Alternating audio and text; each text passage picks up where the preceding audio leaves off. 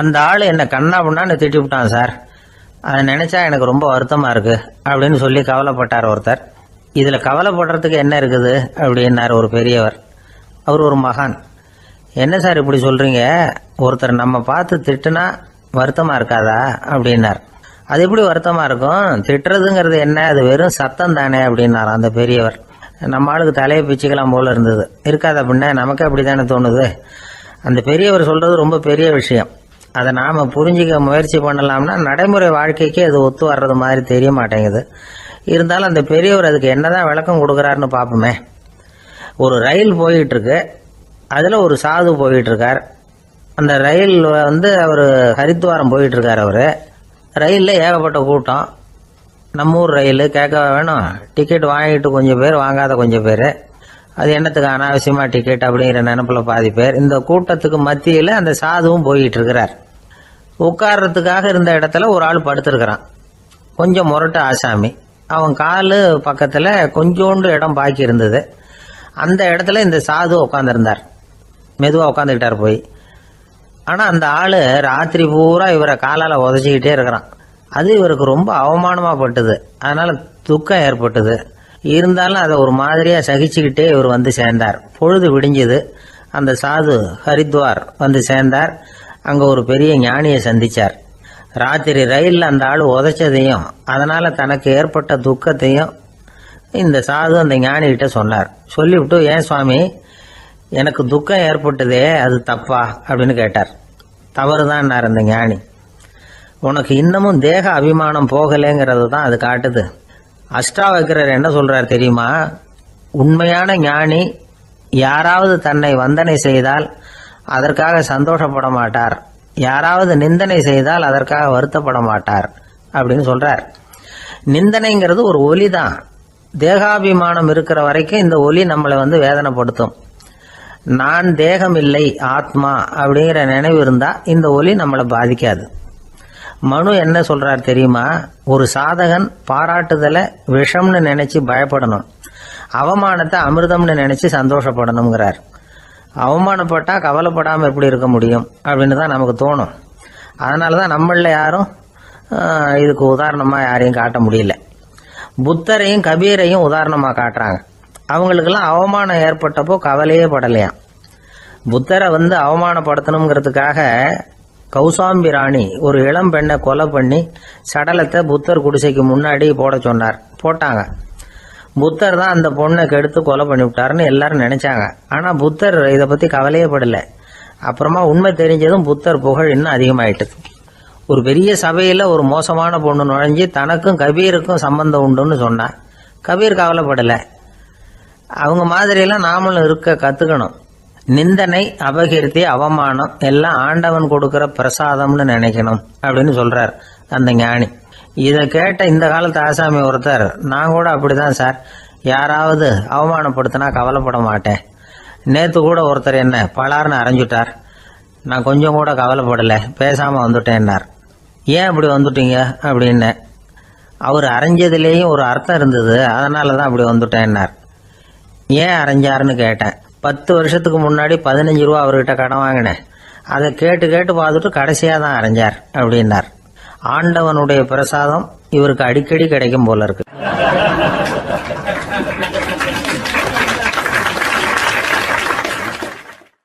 இந்த உலகமே ஒரு நாடக மேடை, நாம எல்லாரும் நடிகர்கள். இது ஞானிகள் சொல்றது. இது ஒரு பக்கம் இருக்கட்டும். இந்த உலகத்துக்குள்ள எத்தனையோ நாடக மேடைகள், எத்தனையோ நடிகர்கள், எத்தனையோ நாடகங்கள், இதெல்லாம் எப்படி ஆரம்பமாச்சு? அதுதான் இன்னைக்கு தகவல்.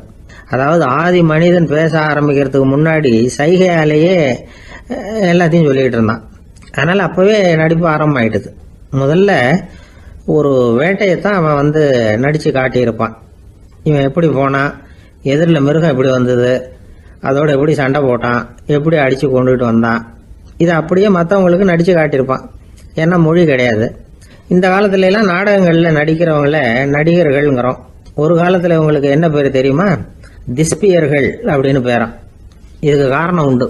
அதாவது 2000 வருஷத்துக்கு முன்னாடி கிரீஸ் நாட்டுல திசிவியஸ் அப்படின்னு ஒரு ஆள் இருந்தான். அவன் ஒரு பெரிய நாடக கலைஞன். அவன் சில இளைஞர்களை சேர்த்துக்கிட்டான், பயிற்சி கொடுத்தான், நாடக குழுவை உருவாக்கினான், நடிகர்களையும் நாடகத்துக்கு தேவையான பொருள்களையும் ஏற்றிக்கிட்டு போகிறதுக்கு ஒரு வண்டியையும் தயார் பண்ணான். அந்த வண்டியிலேயே அவன் கிரேக்க நாடு பூராவும் சுற்றினான், ஊர் ஊராக நாடகம் போட்டான். ஒரு ஊருக்கு போனதும் அங்கே நாடகம் நடத்த தியேட்டர் இருக்கா அப்படிங்கன்னெல்லாம் பார்க்கறது இல்லை அவன். ஏன்னா அப்போலாம் தியேட்டர்னா என்னென்ன தெரியாது. நாடகம்னா அது ஒரு மூடிய கொட்டைக்குள்ளே தான் நடத்தணுங்கிறது அப்போ யாருக்குமே தோணலை. இந்த வண்டி போகும், அதுவே ஒரு பகுதி அப்படியே ஒரு மேடை மாதிரி விரிச்சிக்கும். அதில் ஏறி நின்றுக்கிட்டு நாடகத்தை நடித்து காட்டுவாங்களாம். மக்கள்லாம் எதிரில் தரையில் உட்காந்து அதை பார்த்துக்கிட்டு இருக்கிறது. உலகத்தின் முதல் நடமாடும் தியேட்டர் இதுதானா. இந்த திசைபிஎஸ் தான் முதலாக உலகத்தில் நாடகம்ங்கிற பொழுதுபோக்கை நடத்தி காட்டினவன் அப்படின்னு சொல்கிறாங்க. அவன் சொந்தமாக நாடகம் எழுதுனா, நடித்தான், நாடகத்தை இயக்கினான்.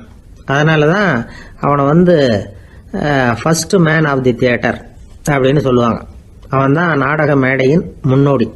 கிரேக்கர் காலத்திலேயே நாடக ஆசிரியர்கள், நடிகர்கள், ரசிகர்கள் இவங்கெல்லாம் உருவாயிட்டாங்களாம்.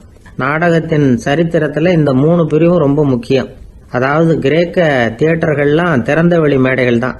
பெரும்பாலும் மலைச்சரிவுகள், அதுவே படிப்படியாக பண்ணியிருப்பாங்க. கீழே அரைவட்ட வடிவில் மேடை, அதுக்கு ஆர்கெஸ்ட்ரான்னு பேர். பிற்காலத்தில் இதில் உட்காந்து இசைக்குழுவினர் வாய்ச்சதுனால இசைக்குழுவுக்கே ஆர்கெஸ்ட்ராங்கிற பேர் வந்துட்டுது. இப்போ கிரேக்க தியேட்டர்களில் ஒன்று, அதோட காலம் கிமு 340. அதை இன்னமும் பாதுகாத்து வச்சிருக்கிறாங்களாம். எபிடாரஸ் அப்படிங்கிற இடத்துல அது இருக்குதான். இன்னமும் அந்த தியேட்டரை பயன்படுத்திக்கிட்டு வர்றாங்களாம். சிறந்த கிரேக்க நாடகங்கள்லாம் அங்கே நடிக்கிறாங்களாம். ஆரம்ப காலத்திலேயே கட்டணம் கிடையாது. அப்புறம் பின்னாடி தான் நுழைவு கட்டணம்லாம் அப்படியே வந்துட்டு தான். நடிகர்கள் பளபளப்பான ஆடைகள் உடுத்தி இருப்பாங்களாம். இந்த குதிகால் உயர்ந்த காலணிகள் போட்டிருப்பாங்களாம். இதெல்லாம் பழைய குறிப்புகள். பலவிதமான உருவங்களில் மாஸ்க் அப்படின்னு சொல்லப்படுற முகமூடி. அதனால் ஒரே நடிகர் பல வேடங்களில் நடிக்கிறது உண்டான். ஆரம்பத்தில் பெண் நடிகர்கள் கிடையாது, எல்லாம் ஆண் நடிகர்கள் தான். ரோமானியர்கள் தான் முதல் நிரந்தர நாடக மேடையை கட்டினவங்க. அதுதான் முதல் தியேட்டர். கிமு 1048 காலகட்டத்தில் பாம்பிங்கிற நகரத்தில் அதை கட்டியிருக்கிறாங்களாம். கிரேக்க ரோமானிய தியேட்டர்களின் அடிப்படையிலேயே இந்த இத்தாலிய வடிவ அமைப்பாளர்கள் இந்த குதிரை லாட வடிவில் ஒரு ஆடிட்டோரியத்தை உருவாக்கினாங்களாம். இப்படி அதை பற்றி நிறைய தகவல் இருக்குது. 1576 லண்டனில் இந்த வின்ஸ்பர்ரி, அப்புறம் இந்த பில்ட்ஸில், அப்புறம் ஜேம்ஸ் இப்படிங்கிற ஒரு முயற்சியால் தான் இங்கிலாந்தில் முதல் தியேட்டர் உருவாச்சான். அப்படி ஒருத்தர் இருந்தாராம். உலக நாடக மேடையின் வரலாறு இதுதான். அதாவது இப்பெல்லாம் அறிவியல் வளர்ச்சி அதிகமாயிட்டுது. திரைப்படம், தொலைக்காட்சி எல்லாம் வந்தாச்சு. ஒவ்வொரு வீடுமே ஒரு குட்டி தியேட்டர் மாதிரி ஆயிட்டுது. தொலைக்காட்சி முன்னாடி உட்காந்து எழுந்திருக்கவே மனசு வர்றதில்லை. ஒரு அம்மா ஒரு மனோதத்துவ டாக்டரை தேடிட்டு வந்தாங்களாம் இந்த காலத்தில். டாக்டர், எங்கள் வீட்டுக்காரர் எப்போ பார்த்தாலும் டிவி முன்னாடி உட்காந்துக்கிட்டு அதையே வெறிச்சு பார்த்துக்கிட்டு இருக்கிறார், உத்து பார்த்துக்கிட்டு இருக்கார், எனக்கு சந்தேகமாக இருக்குன்னாங்களாம். இது மனக்கோளாறு இல்லைங்க, ஆர்வக்கோளாறு, அவ்வளவுதான், இதுக்காக பயப்படாதீங்கன்னாராம் டாக்டர். அப்படி இல்லை டாக்டர், டிவி ஓடும் பொழுது நாம எல்லாம் அதை பார்க்குறோம் சரி, ஆனால் அவர் அப்படி இல்லை, டிவியை நிறுத்தினதுக்கு அப்புறமும் அதையே உத்து பார்த்துட்டு உட்காந்துருக்கிறார், அதனால தான் சந்தேகப்பட்டு உங்ககிட்ட வந்தேன் அப்படின்னாங்களாம்.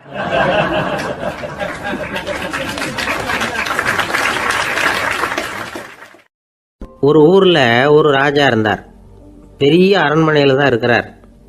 எல்லா வசதியும் இருந்தது. இருந்தாலும் அவர் எல்லாரும் சொல்கிறது எப்படி தெரியுமா, பிச்சைக்கார ராஜா. அப்படி ஒரு பேர் அவருக்கு நிலைச்சி போச்சு. ஜனங்களும் சரி, மற்ற தேசங்களில் உள்ளவங்களும் சரி, அவர் அந்த பேர் சொல்லியே குறிப்பிடுறது வழக்கமாக போட்டுது. இது அவருக்கு ரொம்ப கவலையாக போச்சு. என்ன இது, நம்மளை தேடி வர்றவங்களுக்கெல்லாம் நாம் சோறு போடுறோம், நம்ம புகழ்ந்து பாடல் ஏற்றி கொண்டு வர்ற புலவர்களுக்கெல்லாம் அவங்க எப்படி வந்தாலும் ஒருவேளை சோறு போடணுங்கிறது உத்தரவு. இவ்வளவுலாம் செஞ்சும் நம்மளை போய் பிச்சைக்கார ராஜான்னு எல்லாரும் சொல்கிறாங்களே, அது எதுக்காக இப்படி சொல்கிறாங்க? இதுதான் ராஜாவுக்கு குழப்பம். சரி, இதை பற்றி நம்ம அமைச்சர்கள் கிட்ட கேட்கலாமா அப்படின்னு யோசனை பண்ணார். இந்த விஷயத்தை போய் அவங்ககிட்ட எப்படி கேட்கறதுன்னு அவருக்கு தயக்கமாக இருந்தது. கௌரவ குறைச்சலாக தெரிஞ்சுது அவருக்கு. சரி, சாதாரண குடிமக்கள் கிட்ட இதை பற்றி கேட்கலாமா அப்படின்னு யோசனை பண்ணார். கேட்கலாம், ஆனால் அவங்க யாரும் ராஜா முன்னாடி வந்து நின்று தைரியமாக பேசக்கூடிய அளவுக்கு இல்லை. ராஜாவோட குழப்பம் நாளுக்கு நாள் அதிகமாக போச்சு. கடைசியாக அவர் ஒரு முடிவுக்கு வந்தார். அதாவது இதை பற்றி ஒரு பிச்சைக்காரங்கிட்டே கேட்டு பார்த்துட்டா என்ன. இதுதான் அவர் பண்ண முடிவு. உடனே மாறு வேஷம் போட்டுக்கிட்டு நகர்வலம் போனார். ஒரு பிச்சைக்காரனை கண்டுபிடிச்சார். இதை பாருப்பா, நம்ம ராஜாவை எல்லாரும் பிச்சைக்கார ராஜான்னே சொல்கிறாங்களே, அதுக்கு என்ன காரணமாக இருக்கும் அப்படின்னு கேட்டார். அதுக்கு அவன் சொல்கிறான், இதுக்கான பதிலை இன்னும் ஒரு 30 நாளில் சொல்கிறேன் அப்படின்னா. உடனே இவருக்கு சந்தோஷம். உண்மையை அவங்ககிட்ட சொன்னார். நான் வேற யாரும் இல்லை, நான் தான் இந்த நாட்டு ராஜா. இப்போ நீ என் கூடவே வந்துடு, அரண்மனையிலேயே தங்கிக்கோ. 30 நாள் கழித்து எனக்கு பதில் சொல்லிவிட்டு அதுக்கப்புறமா நீ போகலாம் அப்படின்னு சொல்லி அழைச்சிட்டு வந்துட்டார். அரண்மனையில் ஒரு மூலையில் அவன் தங்கறதுக்கு இடம் கொடுத்தார். தினம் 2 வேளையும் இவனுக்கு சோறு போடுங்க அப்படின்னு உத்தரவு போட்டார். ராஜா கொடுத்த இடத்துல போய் உக்காந்துக்கிட்டான் அந்த பிச்சைக்காரன். தினமும் அந்த அரண்மனையில் நடக்கிறதையெல்லாம் கவனிச்சுக்கிட்டு வந்தான். வேளைக்கு சாப்பாடு வரும், சாப்பிட்டுக்கிட்டு இருக்கான். இப்படி 30 நாள் முடிஞ்சுது. ராஜா வந்தார். என்ன, என்னோட கேள்விக்கு பதில் என்னன்னு கண்டுபிடிச்சிட்டியான்னார். கண்டுபிடிச்சிட்டேன்னா. என்ன எல்லாரும் பிச்சைக்கார ராஜான்னு சொல்கிறாங்களே, அது நியாயமா படுதா உனக்குன்னு கேட்டார். நியாயமாக தான் படுது, சந்தேகம் இல்லாமல் நீங்கள் பிச்சைக்கார ராஜா தான். என்னதான் நீங்கள் வசதியோடவும் படைபலத்தோடவும் இருந்தால் கூட நீங்கள் எங்கள் வர்க்கத்தை சேர்ந்த ஆசாமி தான் அப்படின்னு அடித்து சொல்லிவிட்டான் அந்த ஆள். என்னால் அப்படி சொல்கிறேன்னு கேட்டார் இவர். அரசே, ஒரு உண்மையை கண்டுபிடிச்சி சொல்கிறதா நான் உங்ககிட்ட சொன்னேன். நீங்கள் ராஜ பரம்பரைன்னா உடனே உங்கள் கழுத்தில் கிடக்கிற முத்து மாலையை கழட்டி பரிசாக கொடுத்துருப்பீங்க, பொண்ணையும் மணியையும் கொடுத்துருப்பீங்க. ஆனால் நீங்கள் அப்படி செய்யலை. என்னை ஒரு மூலையில் உட்கார வச்சு 2 வேளை சோறு போட சொன்னீங்க. உங்களை தேடி யார் வந்தாலும், யார் வந்து பாராட்டி பேசினாலும் அல்லது பிரச்சனைகளை சொன்னாலும் நீங்கள் செய்கிற ஒரே காரியம் சோறு போடுறது தான். பிச்சைக்காரனுக்கு சோறு மட்டும்தான் உலகம்.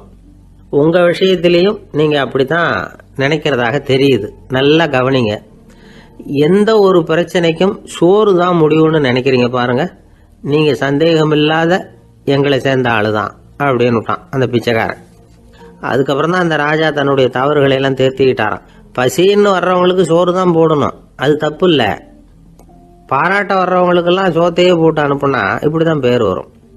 எனக்கு தெரிஞ்ச ஒருத்தர் தினமும் யாராவது ஒருத்தரை தன் வீட்டுக்கு அழைச்சிட்டு போவார், சாப்பாடு போட்டு அனுப்புவார். முன்னறிவிப்பு இல்லாமல் திடீர்னு ஒரு விருந்தாளியோட வீட்டில் போய் இவர் நிற்கிறது வழக்கம். அந்த அம்மாவும் இவருக்காக தயார் பண்ணி வச்சிருந்ததை இவர் அழைச்சிட்டு வந்திருக்கிற விருந்தாளிக்கு போட்டுருவாங்க. விருந்தாளி சாப்பிட்டுட்டு போனதுக்கப்புறம் இவர் மனைவி கிட்ட உனக்கு சிரமம் வேணாம் அப்படின்னு சொல்லிவிட்டு பக்கத்தில் உள்ள ஒரு ஹோட்டலுக்கு போய் காசு கொடுத்து சாப்பிட்டுட்டு வந்துடுவார். பல நாள் இப்படி நடக்கும். ஒரு நாள் அவரை தனியாக கூப்பிட்டுக்கிட்டு போய் ஏன் இப்படி பண்ணுறீங்கன்னு கேட்டோம். அதுக்கு அவர் சொல்கிறாரு, எங்கள் வீட்டு சாப்பாட்டிலேருந்து தப்பிக்கிறதுக்கு எனக்கு வேற வழி எதுவும் தெரியல சார், அதனால தான் இப்படி பண்ணிட்டு இருக்கிறேன் அப்படின்னார் ரொம்ப பரிதாபமா.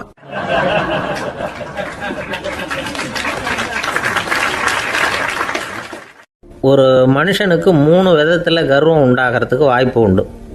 பணம், பதவி, புகழ். பணம் அதிகமாக வந்தால் கர்வம் வரலாம், பதவி பெருசாக வந்துட்டுதுன்னா கர்வம் வரலாம், புகழ் அதிகமாக போனாலும் கர்வம் வரலாம். இந்த 3 வகையான கர்வத்துக்கும் இடம் கொடுக்காமல் இருக்கிறாங்க பாருங்கள், அவங்க தான் சிறந்த மனிதர்கள். ஒரு பெரிய பொறுப்பில் இருக்கிறவங்களுக்கு கர்வம் வந்துடக்கூடாது. அப்படி வந்துட்டுதுன்னா அது எல்லாருக்கும் இடைஞ்சல். ஒரு ராஜா இருந்தார். அவர் ஒரு நாள் தன்னுடைய தலைநகரத்தை சுற்றி வந்துக்கிட்டு இருந்தார். ஒரு இடத்துல ஒரு அழகான நிலத்தை பார்த்தார். ஆஹா, இந்த இடத்துல நமக்குன்னு ஒரு மாளிகையை கட்டினா எவ்வளோ நல்லா இருக்கும் அப்படின்னு நினச்சார். ராஜா நினச்சா அது முடியாத காரியமா? சரி, இந்த நிலம் யாருக்கு சொந்தம்னு விசாரிங்க அப்படின்னார் பக்கத்தில் இருந்தவங்கக்கிட்ட. அவங்கெல்லாம் ஓடி போய் விசாரித்தாங்க. அந்த இடம் ஒரு வயசான கிழவிக்கு சொந்தம், வயசான அம்மாவுக்கு சொந்தமாக. அந்த அம்மா தான் அதில் ஒரு குடிசையை போட்டு குடியிருந்துக்கிட்டு இருக்கிறாங்க. சரி, அந்த நிலத்துக்கு ஒரு விலையை நிர்ணயம் பண்ணி அதை அந்த வயசான அம்மா கிட்ட கொடுத்துருங்கோ அப்படின்னு உத்தரவு போட்டார் ராஜா. ஆனால் அந்த அம்மா, இது எங்கள் பூர்வீக இடம், இதை விற்க மாட்டேன் அப்படின்னு சொல்லிவிட்டுது. சரி, 2 பங்கு விலை கொடுக்குறோம்னு சொல்லி பாருங்க அப்படின்னாங்க. அப்படியே சொன்னாங்க அரண்மனை ஆட்கள். அதுக்கும் சம்மதிக்கலை அந்த அம்மா. இதை கேள்விப்பட்டதும் ராஜாவுக்கு கோபம் வந்துட்டுது. தன்னுடைய ஆளுங்களை கூப்பிட்டார். போய் அந்த குடிசையை பிரித்து எறிங்க, காசெல்லாம் ஒன்றும் கொடுக்காதீங்க அப்படின்னு கத்தினார். அவ்வளோதான். அடுத்த நிமிஷம் அரண்மனை ஆசாமிகள் போனாங்க, குடிசையை பிரித்து எரிஞ்சாங்க. அந்த வயசான அம்மா இருக்குது, அதுவும் அந்த இடத்த விட்டு துரத்தி விட்டாங்க. அந்த இடத்துல ஒரு அரச மாளிகையை கட்டி முடிச்சிட்டாங்க. அந்த வயசான அம்மா பாவம், ராஜாவே இப்படி பண்ணால் யார்கிட்ட போய் முறையிட முடியும்? ஒரு ஞானி இருந்தார், அவர்கிட்ட போய் சொன்னாங்க. அவர் இவங்க சொன்னதை கேட்டு மனசில் வச்சுக்கிட்டார். ஒரு நாள் அந்த ராஜாவே இந்த ஞானியை கூப்பிட்டார். புதுசாக ஒரு மாளிகை கட்டியிருக்கிறேன், வந்து பாருங்கன்னு. சரின்னு சொல்லி இந்த பெரியவர் ஒரு நாள் இந்த மாளிகைக்கு போனார். சும்மா போகல, ஒரு கழுதையையும் ஓட்டிகிட்டு போனார். கொஞ்சம் சாக்குகள், வெத்து சாக்கு, அதையும் எடுத்து கழுதை முதுகில் போட்டு கழுதையை ஓட்டிக்கிட்டு போகிறார். ராஜா பார்த்தார். அவருக்கு இது ஆச்சரியமாக இருந்தது. என்ன இது மாளிகைக்கு வந்துட்டு போங்கன்னு கூப்பிட்டா கழுதை சாக்கு இதெல்லாம் கொண்டு வராரு, ஒன்றும் புரியலையேன்னு நினச்சார். எதுக்காக இதெல்லாம்னு கேட்டார். அரசருடைய தோட்டத்திலேருந்து கொஞ்சம் மண் எடுத்துகிட்டு போகிறதுக்கு ஆசைப்பட்றேன், அதுக்கு நீங்கள் அனுமதி கொடுக்கணும் அப்படின்னாரு இவர். இது என்ன வேடிக்கையான கோரிக்கையாக இருக்குது அப்படின்னு நினச்சார் ராஜா. இருந்தாலும் மண் தானே கேட்குறாரு, எடுத்துகிட்டு போகட்டுமே அப்படின்னு நினச்சார். சரின்னு அனுமதி கொடுத்தார். அந்த பெரியவர் தோட்டத்துக்கு போனார், மண்ணை வெட்டினார், சாக்கில் போட்டு நிரப்புனார். ராஜாவை கொஞ்சம் கிட்ட வாங்கன்னு கூப்பிட்டார். இந்த மண் மூட்டையை தூக்கி கழுதையோட முதுகில் வைக்கணும், கொஞ்சம் உதவி பண்ணுங்கன்னார். ஓ பண்ணுறேனே அப்படின்னு சொல்லி ராஜா கிட்ட போனார். மூட்டையை தூக்கி பார்க்குறாரு, முடியல, திணறி போயிட்டார். இப்போ அந்த ஞானி பேசினாராம். அரசே, இந்த ஒரு சாக்கு மண்ணையே உங்களால் தூக்க முடியல, அந்த கிழவிகிட்ட இருந்து அந்த அக்கிரமமாக அபகரித்த இந்த தோட்டம் பூராவையும் சுமக்கணும்னு ஆசைப்படுறீங்களே, அது உங்களால் முடியுமா அப்படின்னு கேட்டாராம். ராஜா யோசனை பண்ண ஆரம்பித்தார். தன்னுடைய செயலுக்காக வருத்தப்பட்டாராம். அந்த வயசான அம்மாவை உடனடியாக வரவழைச்சார். தாயே, தப்பு பண்ணிட்டேன், என்னை மன்னிச்சுக்குங்க, இன்னையிலேருந்து இந்த மாளிகையும் தோட்டமும் உங்களுக்கு தான் சொந்தம் அப்படின்னு சொல்லிவிட்டாராம். போகிறப்ப இந்த உலகத்திலேருந்து எண்ணத்தை எடுத்துகிட்டு போக போகிறோம், அதனால் ரொம்பவும் அலட்டிக்க வேண்டியதில்லை, கர்வப்பட வேண்டியதில்லை அப்படிங்கிறது ஒரு பெரிய உபதேசம். ஒரு பெரிய மனுஷன் சாக கிடந்தார், ரொம்பவும் அழுதார். ஏன் அழறீங்க அப்படின்னு கேட்டாங்க சுற்றி இருந்தவங்க. நான் சாகிறதுக்காக கவலைப்படலை, நான் நம்ம ஜனங்களுக்காக எவ்வளவோ காரியம்லாம் செஞ்சுக்கிட்டு வந்தேன். நான் செஞ்சுக்கிட்டு வந்த சேவையை இனிமேல் யார் செய்ய போகிறாங்க, அது யாரால முடியும், அதை நினச்சி தான் அழறேன் அப்படின்னாராம். ஒருத்தர் முன்னாடி வந்தார். அதுக்காக நீங்கள் கவலைப்படாதீங்க, உங்கள் சேவையை தொடர்ந்து செய்கிறதுக்கு என்ன மாதிரி இளைஞர் பட்டாலும் தயாராக இருக்குது, இருந்தாலும் எங்கள் கவலை என்னென்னா அப்படின்னு இழுத்தார். என்ன சொல்லுங்கன்னு கேட்டார் அவர். நீங்கள் இது வரைக்கும் என்ன சேவை செஞ்சுக்கிட்டு வந்தீங்க, அதுதான் எங்களுக்கு இன்னமும் புரியாத புதிராக இருக்குது அப்படின்னாராம் அவர்.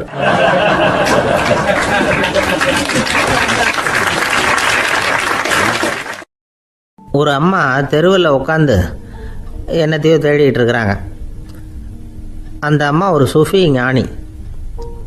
அவங்க பேர் என்னென்னா ரபியா அல் அடாவியா. அந்த அம்மாவுக்கு கண் கூட தெளிவாக தெரியாது. அந்த பக்கமாக வந்த சில பேர் இவங்களுக்கு உதவி செய்கிறதுக்காக வந்தாங்க. என்ன தேடிட்டு இருக்கிறீங்க அப்படின்னு கேட்டாங்க.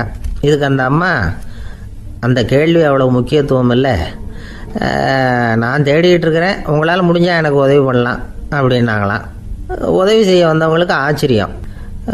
எதை தேடுறோங்கிறது தெரியாமல் இப்படி ஏன் நேரத்தை செலவழிக்கிறீங்க, நாங்கள் எப்படி உங்களுக்கு உதவ முடியும், எங்களுக்கு ஒன்றும் புரியலையே அப்படின்ட்டுருக்காங்க. சரி, உங்களை திருப்தி பண்ணுறதுக்காக சொல்கிறேன், ஒரு குண்டூசி தொலைஞ்சி போச்சு, அதை தேடுறேன் அப்படின்னாங்களாம் அந்த அம்மா. அதுக்கப்புறம் இவங்களும் சேர்ந்து தேட ஆரம்பிச்சிட்டாங்க. கொஞ்ச நேரம் ஆச்சு, ஒன்றும் கிடைக்கல. உதவி செய்ய வந்தவங்களும் அழுத்து போட்டாங்க. அப்புறம் கேட்டாங்க, பாருங்கம்மா, இது ரொம்பவும் பெரிய தெரு, அகலமான தெரு, அதனால் குறிப்பாக நீங்கள் எந்த இடத்துல அந்த குண்டூசியை தொலைச்சிங்க அதை சொல்ல முடியுமான்னாங்களாம். இதுக்கு அந்த அம்மா, நீங்கள் மறுபடியும் அர்த்தமில்லாத கேள்வியை கேட்குறீங்க, உங்கள் கேள்விக்கும் நான் தேடுறதுக்கும் என்ன சம்மந்தம்னாங்களாம். இதை கேட்டதும் அவங்க ஒரு மாதிரி ஆயிட்டாங்க. என்னம்மா நீங்கள் பைத்தியம் மாதிரி பேசுகிறீங்க அப்படின்னாங்களாம். சரி, உங்களை மறுபடியும் திருப்திப்படுத்துறதுக்காக சொல்கிறேன், அதை நான் எங்கள் வீட்டில் தொலைச்சிட்டேன் அப்படின்னாங்களாம். அப்புறம் எதுக்காக இங்கே வந்து தேடிட்டு இருக்கிறீங்க அப்படின்னு கேட்டிருக்காங்க. ஏன்னா இங்கே தான் வெளிச்சம் அதிகமாக இருக்குது, அங்கே வீட்டுக்குள்ளே இருட்டாக இருக்குது, அதனால் இங்கே வந்து தேடுறேன், வெளிச்சம் உள்ள இடத்துல தானே தேட முடியும் அப்படின்னாங்களாம் அந்த ஞானி. இந்த கதைக்கு என்ன அர்த்தங்கிறத பெரியவங்க சொல்கிறாங்க. அதாவது இந்த தேடுதல்ங்கிறது ஒரு வியாதி. அது நம்ம சதா அலைய வைக்கும், பைத்தியமாக மாற்றுறதுக்கு முயற்சி பண்ணோம். ஒரு காலம் அது நிறைவு அடையவே அடையாது.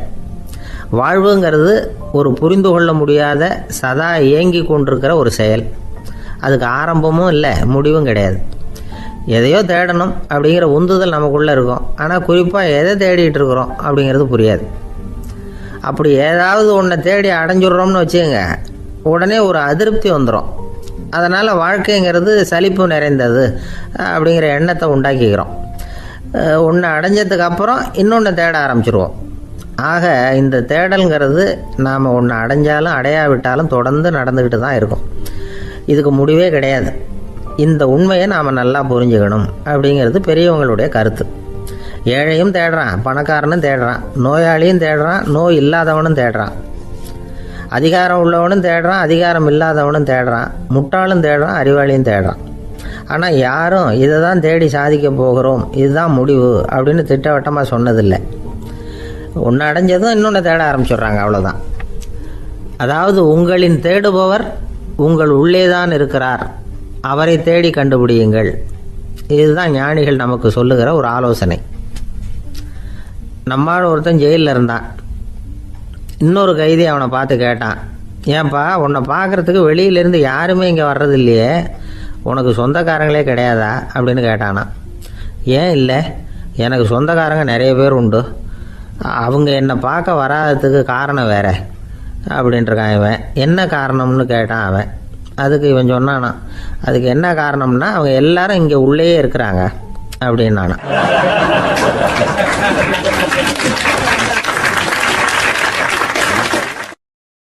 ஒரு நாள் ராமர் அரசவையில் உட்கார்ந்துருக்கிறார். ராமராஜ்யம் நடந்துக்கிட்டு இருந்த நேரம். அந்த சமயத்தில் ஒரு நாய் வந்து அரச சபைக்கு வந்துதான். அது தலையில் அடிபட்டு ரத்தம். அந்த கோலத்தில் அது அங்கே வந்தது. எல்லாரும் ஆச்சரியமாக அதை பார்த்தாங்க. ராமரும் அந்த நாயை பார்த்தார். நீங்கள் வந்த காரியம் என்ன, என்ன நடந்தது, எதுவாக இருந்தாலும் பயப்படாமல் சொல்லு அப்படின்னார். உடனே அந்த நாய் மெதுவாக சொல்ல ஆரம்பிச்சுதான். ஐயா, நான் தெருவில் போய்கிட்டு இருந்தேன். வழியில் ஒருத்தர் வந்தார். அவர் வேத சாஸ்திரம்லாம் படித்த பெரியவர். அவர் எந்த காரணமும் இல்லாமல் அவர் கையில் வச்சுருந்த குச்சியால் என் தலையில் அடிச்சுட்டார். அதுதான் தலையில் ரத்தம். இதை நீங்கள் விசாரித்து தகுந்த தீர்ப்பு வழங்கணும் அப்படின்னு தான் அந்த நாய். ராமர் பார்த்தார். உடனே தன்னுடைய காவலர்களை அனுப்புனார். அந்த ஆளை எங்கே இருந்தாலும் போய் கொண்டுகிட்டு வாங்க அப்படின்னு விட்டார். காவலர்கள் போனாங்க. அந்த ஆளை பிடிச்சி கொண்டு வந்துட்டாங்க. அரண்மனைக்கு வா அப்படின்னு சொல்லி கூப்பிட்டுட்டு வந்துட்டாங்க. என்ன நடந்ததுன்னு விசாரித்தார் ராமர். அதுக்கு அந்த ஆள் சொன்னார், நான் வந்து வீதி வழியாக வந்துக்கிட்டு இருந்தேன். குறுக்க இந்த நாய் வந்தது. நான் அவசரமாக போய்கிட்டு இருந்தேன். இது எனக்கு வழி விடாமல் குறுக்க பூந்து இடைஞ்சல் பண்ணிச்சு. எனக்கு கோபம் வந்துட்டுது. அதனால் அடிச்சுட்டேன். வேத சாஸ்திரம் படித்த நான் என் வசம் இழந்து கோபப்பட்டது பெரிய தப்பு தான். அதை நான் ஒத்துக்கிறேன். குற்றத்தை ஒப்புக்கொள்கிறேன். எனக்கு என்ன தண்டனை கொடுக்கணுமோ அதை கொடுங்க, ஏற்றுக்கிறேன் அப்படின்னு விட்டார். சரி, இப்போ அந்த ஆளுக்கு தண்டனை கொடுக்கணும். என்ன தண்டனை கொடுக்கறது யோசனை பண்ணார் ராமர். அதையும் அந்த நாய்கிட்டே கேட்டார். நீயே சொல்லு, என்ன தண்டனை கொடுக்கலாம் இவருக்கு அப்படின்னார். இதுக்கு அந்த நாய் என்ன சொல்லிச்சு தெரியுமா? இவரை ஏதாவது ஒரு கோயிலுக்கு தர்மகர்த்தாவாக நியமனம் பண்ணி விடுங்க, அதுதான் இவருக்கு சரியான தண்டனை அப்படின்னுது. இதை கேட்டது ராமர் முகத்தில் புன்னகை. ஆனால் அங்கே இருந்த மற்றவங்களுக்கெல்லாம் ஆச்சரியம். அது எப்படி, தப்பு செஞ்சவங்களுக்கு தண்டனை கொடுக்கறது தானே நியாயம், அதை விட்டுவிட்டு தர்மகர்த்தா பதவியை கொடுக்க சொல்லுது இந்த நாய் அப்படிங்கிற ஆச்சரியம். இந்த சந்தேகத்தை அந்த நாய்கிட்டே கேட்டாங்க அங்கே இருந்தவங்க. இதுக்கு அந்த நாய் பதில் சொல்லிச்சான். நான் வந்து போன பிறவியில் ஒரு கோயிலுக்கு தர்மகர்த்தாவாக இருந்தேன். எவ்வளவோ கவனமாக எச்சரிக்கையாக தான் என்னுடைய கடமைகளை எல்லாம் செஞ்சுக்கிட்டு வந்தேன். அப்படி இருந்தாலும் சில சமயங்களில் என்னையும் மீறி கோயில் செல்வத்தை நான் அனுபவிக்கிறதுக்கு காரணம் ஆயிட்டேன். ஒரு கோவிலுக்கு தர்மகர்த்தாவாக இருக்கிறவங்க எப்படியும் இந்த பாவத்திலேருந்து தப்பிக்கிறது கஷ்டம். அதனால தான் நான் இந்த பிறவியில் நாயாக பிறந்து இப்படி கஷ்டப்படுறேன். இதே நிலைமை இந்த ஆளுக்கும் ஏற்படணும் அப்படிங்கிறதுக்காக தான் அவரையும் ஒரு கோயிலுக்கு தர்மகர்த்தாவை நியமிக்கும்படி கேட்டுக்கிட்டேன் அப்படின்னு தான் இந்த நாய். இதிலேருந்து என்ன தெரியுது? எந்த பதவியில் நாம் இருந்தாலும் நமக்கு தெரியாமல் கூட அதை தவறாக உபயோகப்படுத்தக்கூடாதுங்கிறத இதிலேருந்து புரிஞ்சுக்கணும். இல்லைன்னா அடுத்த பிறவியில் நாயாக பிறந்து எங்கேயாவது போய் வாழை ஆட்டிட்டு நிற்க வேண்டியது தான். கோவில் வாசலில் 2 நாய் பேசிக்கிட்டு இருந்துதான். போன ஜென்மத்தில் நான் மனுஷனாக தான் இருந்தேன். ஒரு கோவில் பூசாரி பேச்சை கேட்டுவிட்டு அவரோட கூட்டு சேர்ந்துக்கிட்டு ஆண்டவன் போட்டிருந்த நகையெல்லாம் அபகரித்து என்கிட்ட கொடுத்தாரு அவர். நான் எடுத்துகிட்டு வந்துட்டேன். திருடினது அந்த ஆள் தான், எடுத்துக்கிட்டு வந்தது தான் நான். இருந்தாலும் நான் மட்டும் நாயாக பிறந்துட்டேன். இப்போ மட்டும் அந்த பூசாரி என்கிட்ட மாட்டினா கடித்து குதறி விடுவேன் அப்படின்னு தான். அவசரப்பட்டு அப்படி செஞ்சுடாதே. பதிலுக்கு அவரும் உன்னை திருப்பி கடித்தாலும் கடிச்சிருவார். ஏன்னா அவரும் இப்போ ஒரு நாயாக தான் பிறந்திருக்கிறார் அப்படின்னு தான் இன்னொன்று. அது எப்படி உனக்கு தெரியும்னு தான் இது. நான் தானே அது அப்படின்னு தான் அந்த நாய்.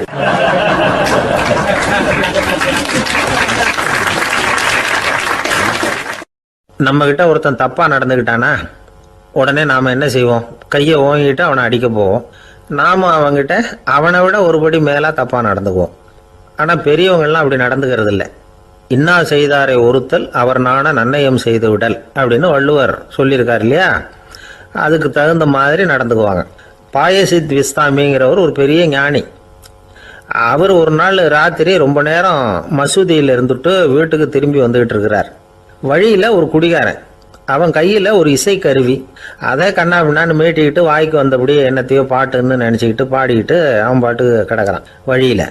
அதோடு இருந்தாலும் பரவாயில்ல, அந்த பக்கமாக வழியில் போகிறவங்க வர்றவங்களையெல்லாம் பார்த்து கண்ணா பின்னான்னு திட்டிகிட்டு இருக்கிறான், ரொம்ப வளர்க்குறான்.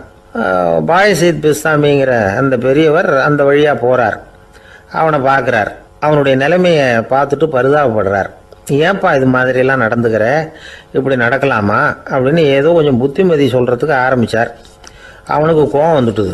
கையில் வச்சிருந்த வாத்திய கருவி அதால் ஓங்கி அந்த பெரியவர் தலையில் ஒரு அடி கொடுத்தான். ரத்த காயம் ஏற்பட்டு போச்சு. அவன் கையில் இருந்த இசைக்கருவியும் அடித்த வேகத்தில் ரெண்டாக உடஞ்சி போச்சு. அவ்வளோ வேகமாக அடிச்சிருக்கான்.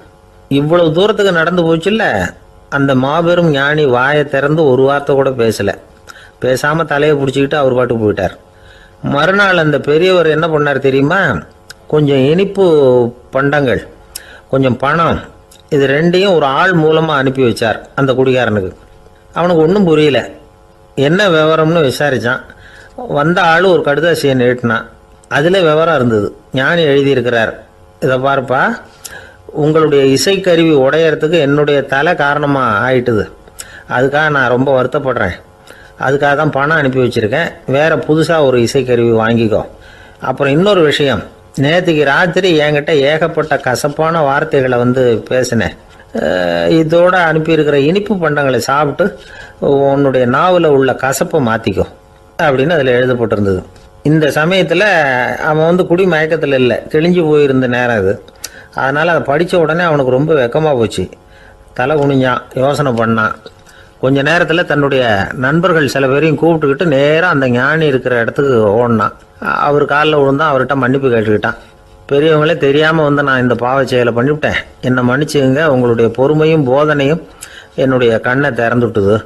இனிமேல் நானும் என்னுடைய நண்பர்களும் நல்ல வழியில் திருந்தி வாழ போகிறோம் அப்படின்னா.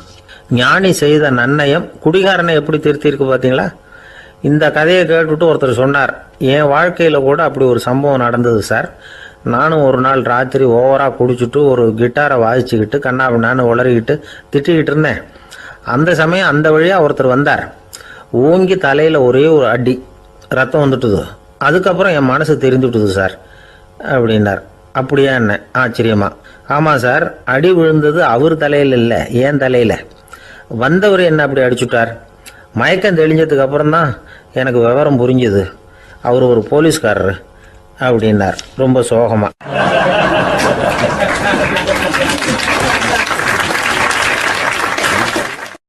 அந்த ஆளுக்கு பேச தெரியாது, அவர்கிட்ட கொஞ்சம் எச்சரிக்கையாக நடந்துக்கோ அப்படின்னு சொல்கிறது உண்டு. அப்படின்னா என்ன அர்த்தம்? அவர் இன்னமும் குழந்தையாகவே இருக்கிறாரு, இன்னும் பேச்சு வரலன்னு அர்த்தம்? அப்படி இல்லை, அவருக்கு நாகரிகமாக பேச தெரியலன்னு அர்த்தம். பேசுறதுங்கிறது மனுஷனால் மட்டுமே முடியக்கூடிய ஒரு காரியம். அப்படி இருந்தும் அதோட பெருமையை அவன் இன்னமும் சரியாக புரிஞ்சிக்கலன்னு தான் சொல்லணும். அதனால தான் அவன் அளவுக்கு அதிகமாக வார்த்தைகளை கொட்டி விடுறான். அதுக்கப்புறம் அதையெல்லாம் திருப்பி அள்ள முடியாமல் கிடந்து கஷ்டப்படுறான். கொட்டின வார்த்தையை அள்ள முடியுமா? ஒருத்தரை இன்னைக்கு பார்த்து முட்டாள்னு திட்டி விடுறீங்க, நாளைக்கு மறுபடியும் அவர்கிட்ட போய் நேற்றுக்கு உன்னை முட்டாள்னு சொல்லிவிட்டேன், அந்த வார்த்தையை திருப்பி கொடு, வாங்கிட்டு போயிடுறேன் அப்படின்னு நான் சொல்ல முடியும்? அவன் கோபக்காரனாக இருந்தால் நேற்றுக்கே அதை வேறு விதமாக உங்களுக்கு திருப்பி கொடுத்துருப்பான். உலகத்தில் எவ்வளவோ ஜீவராசிகள் இருக்குது, அதுக்கெல்லாம் வாய் இருக்குது. அந்த வாயெல்லாம் எதுக்கு உபயோகம்? சாப்பிட்றதுக்காக. ஆனால் நமக்கு இருக்கிற வாய் சாப்பிட்றதுக்காக மட்டும் இல்லை, பேசுகிறதுக்காகவும் தான். பேச முடியலன்னா வாய் இருந்தால் கூட அது வாயில்லா ஜீவன் தான். ஒரு பையனை பார்த்து அது வாய் உள்ள புள்ள பொழைச்சிக்கும் அப்படின்னா மற்ற பையன்களுக்கெல்லாம் முகத்தில் வாயே இல்லைன்னு அர்த்தம்? அப்படி இல்லை, அந்த பையன் கொஞ்சம் கெட்டிக்காரத்தனமாக பேசுவான்னு அர்த்தம். அதனால் எப்படி பேசணும் அப்படிங்கிறத நாம் முக்கியமாக தெரிஞ்சுக்கணும். இதுக்கு 8 விதமான குறிப்புகளை நம்ம பெரியவங்க சொல்லியிருக்கிறாங்க. பேச்சுக்கு 8 அங்கங்கள் உண்டு அப்படின்னு அவங்க சொல்கிறாங்க.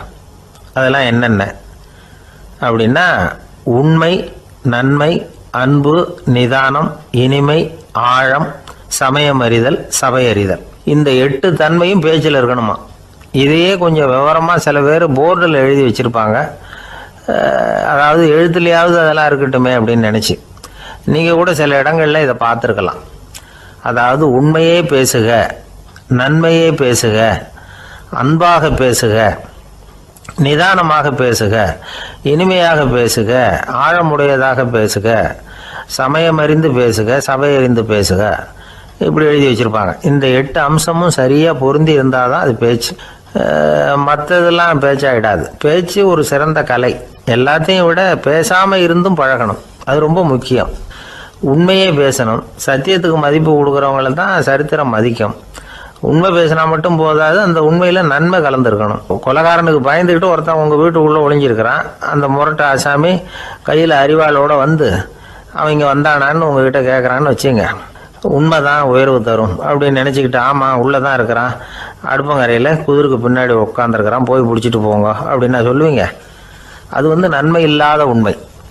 அதனால் பிரயோஜனம் கிடையாது. அதே மாதிரி உங்கள் பேச்சில் அன்பு இருக்கணும், நிதானம் இருக்கணும், இனிமை இருக்கணும், சிந்தித்து பேசணும், சமயம் அறிந்து பேசுகிறதும் முக்கியம். அதை பற்றி நமக்கு வேறு யாரும் சொல்லிக் கொடுக்க வேண்டியதில்லை. எந்த நேரத்தில் யாருக்கிட்ட எப்படி பேசினா காரியம் நடக்கும் அப்படிங்கிறது நமக்கு நல்லா தெரியும். அது கைவந்த கலை. அவையறிந்து பேசுகிற திறமை பேச்சாளர்களுக்கு ரொம்ப அவசியம். அது இல்லைன்னா நிலைமை பரிதாபமாயிடும். ஒரு பேச்சாளர் ரொம்ப மும்முரமாக பேசிக்கிட்டே இருந்தாராம்.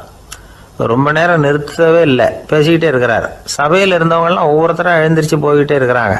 கடைசியில் 2 பேர் தான் அக்கறையாக பேசுகிறவரை கவனிச்சிட்டு உட்காந்துருந்தாங்களாம். மேடையில் பேசிக்கிட்டு இருந்தவர் அவங்கள பார்த்து சொன்னாராம், எனக்கு கூட்டம் முக்கியம் இல்லை, எவ்வளவு பேர் என் பேச்சை கேட்குறாங்க அப்படிங்கிறது முக்கியம் இல்லை. நீங்கள் 2 பேராவது ஊக்கமாக என்னை கவனிச்சிக்கிட்டு உட்காந்துருக்குறீங்க, அது போதும். உங்களுக்காகவே நான் பேசிக்கிட்டு இருக்கிறேன் அப்படின்னார். இதை கேட்டதும் உட்காந்துருந்த 2 பேரில் ஒருத்தர் எழுந்திருச்சு, அப்படி இல்லைங்க, நாங்கள் 2 பேரும் நீங்கள் பேசி முடித்த உடனே தொடர்ந்து பேச வேண்டிய ஆளுங்க, அதுக்காக தான் காத்துக்கிட்டு இருக்கிறோம், சீக்கிரம் முடிங்க அப்படின்னாங்களாம்.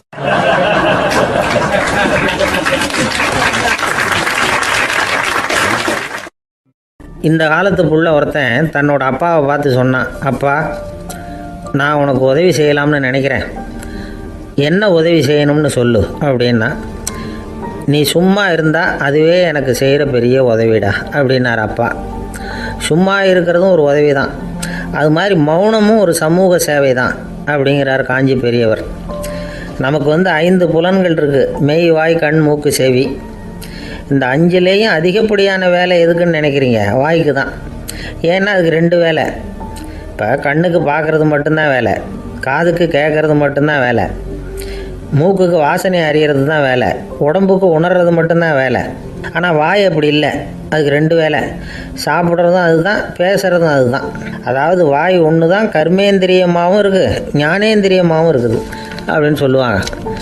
சாப்பாட்டில் உட்காந்தா எந்தெந்த ஆகாரம் என்னென்ன ருசின்னு அறிவிக்கிற வேலையும் செய்யுது. சபையில் உட்காந்தா பாடுறது, பேசுறது, சிரிக்கிறது, இது மாதிரியான வேலையும் செய்யுது. இன்னொரு வித்தியாசம், கண்ணு, காது, மூக்கெல்லாம் ஸ்ட்ரெயின் பண்ணிட்டு வேலை செய்கிறதில்ல. ஒரு ரோஜா பூவை பார்த்தா உடனே மூக்கு அப்படியும் இப்படியும் அசைய ஆரம்பிக்கிறதில்ல. ஒரு சங்கீதத்தை கேட்ட உடனே காது ஆட ஆரம்பிக்காது. ஆனால் வாய் அப்படி இல்லை, அது பேசினாலும் சரி சாப்பிட்டாலும் சரி அசைஞ்சு தான் ஆகணும். ஆக மற்றதை விட வாய்க்கு வேலை ஜாஸ்தின்னு தெரியுது. சாப்பிட்றது, பேசுறது அப்படின்னு 2 காரியம் அதுக்கு. இப்படி 2 காரியம் இருக்கிறதுனால அது 2ஐயும் பாதியாக குறைச்சிக்கணுங்கிறது கடவுள் அபிப்பிராயமாக இருக்கணும் அப்படிங்கிறார் காஞ்சி பெரியவர். ஆனால் இப்போ நாம் அப்படியா நடந்துக்கிறோம்? அதுக்கு நேர்மாறாக நடந்துக்கிறோம். நாம் சாப்பிட்றதும் அதிகம், பேசுகிறதும் அதிகம். 2 வேலையையும் தேவைக்கு அதிகமாகவே செய்கிறோம். வாய் தான் ரொம்ப ஓவர் ஒர்க்குடு. அதுக்கு ஓய்வு கொடுத்தா உடம்பும் நல்லாயிருக்கும், உலகமும் நல்லாயிருக்கும். மௌன விரதம் இருக்கிறதெல்லாம் எதுக்காக நினைக்கிறீங்க? இதுக்காக தான். இந்த காலத்தில் மௌனமாக இருக்கிறவங்கெல்லாம் மகத்தான தொண்டு செய்கிறாங்க அப்படின்னு தான் சொல்லணும். சத்தம் அதிகமாக போய் தான் சவுண்டு பொல்யூஷன் வருது. அது மட்டும் இல்லை, மௌனமாக இருந்தால் சண்டை சச்சரவே வராது. மௌனம் கலக நாஸ்தி. ஆக இதுவும் ஒரு சமூக சேவை தான். நமக்கு தான் வாய் இருக்குதுங்கிறதுக்காக வசமாக சாப்பிட்றதும் தப்பு, வளவளன்னு பேசுகிறதும் தப்பு. ஒரு கருத்தை சொல்கிறதுக்கு ஒரே ஒரு சொல்லு போதும் அப்படின்னு இருக்கும்பொழுது 2 சொற்களை செலவு பண்ணாதே. எவ்வளவு சொன்னாலும் அதனால் ஒரு பயனும் விளையாது அப்படின்னு தெரிய வருமேயானால் அந்த ஒரு சொல்லையும் விரயம் பண்ணாதே அப்படிங்கிறார் ஒரு அறிஞர். எல்லா குணங்கள்லேயும் மௌனம்தான் சிறந்தது அப்படிங்கிறார் ஒருத்தர். மௌனமாக இருக்கிறது மூலமாக மற்றவர்கள் குறைகளை நம்மளால் தெரிஞ்சிக்க முடியும். அதே சமயத்தில் நம்மக்கிட்ட இருக்கிற குறைகளை மற்றவங்களுக்கு தெரியாமல் மறைச்சிக்கவும் முடியுங்கிறார் அவர். உண்மைதானே. ஒரு பெரிய மேடை பேச்சாளர், பொது வாழ்க்கையில் 25 வருஷ காலமாக ஈடுபட்டிருக்கிறவர். அவர் மனைவி ஒரு நாள் சொன்னாங்க, எங்கள் வீட்டுக்காரர் 25 வருஷ காலமாக பொது வாழ்வில் ஈடுபட்டிருந்தா கூட இந்த மாதம் 10ஆம் தேதியிலேருந்து தான் மக்களுக்கு சேவை செய்ய ஆரம்பிச்சிருக்கார் அப்படின்னு நாங்கள் ரொம்ப பெருமையாக. 10ஆம் தேதிக்கு அப்படி என்ன விசேஷம் அப்படின்னு கேட்டோம். அன்னையிலேருந்து தான் அவர் மேடையில் பேசுகிறத நிறுத்தினார் அப்படின்னாங்க அந்த அம்மா.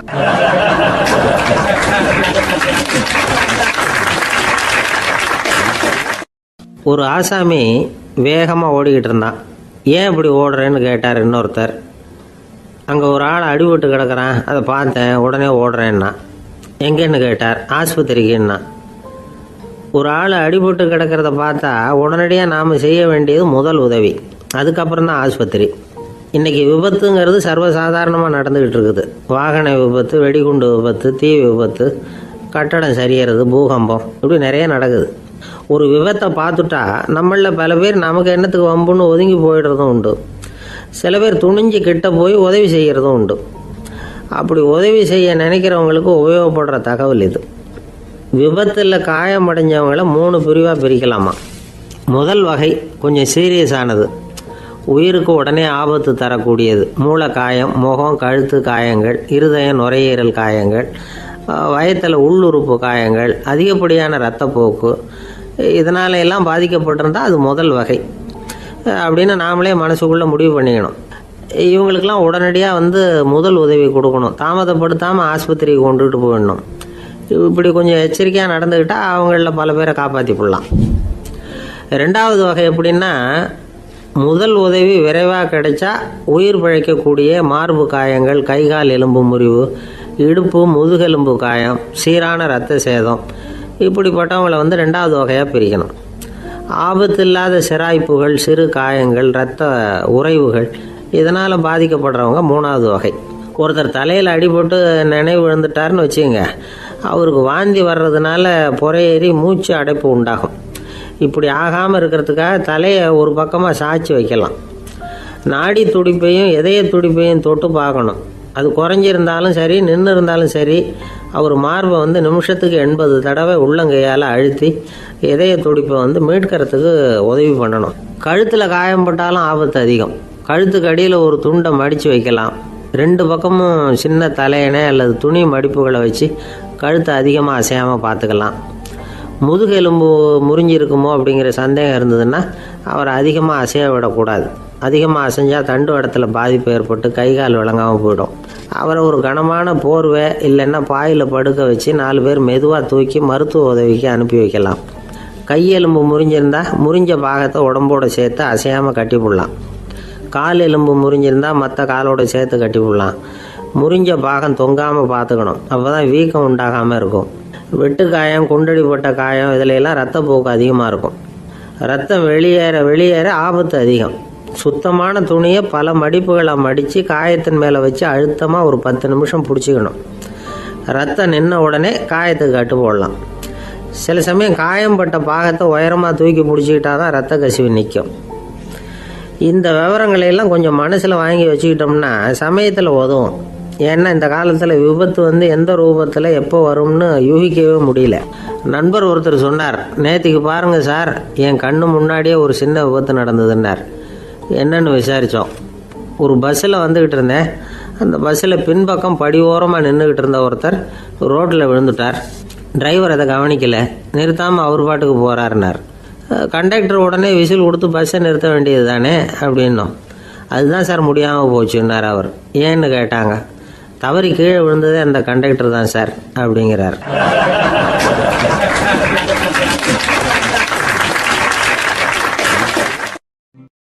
ஒரு நண்பர் அவசரமாக என்கிட்ட ஓடி வந்தார். அப்புறம் சொன்னார், என்னால் நம்பவே முடியல சார், என் பையனா இப்படி அப்படின்னு சொல்லி ஆச்சரியப்பட்டார்.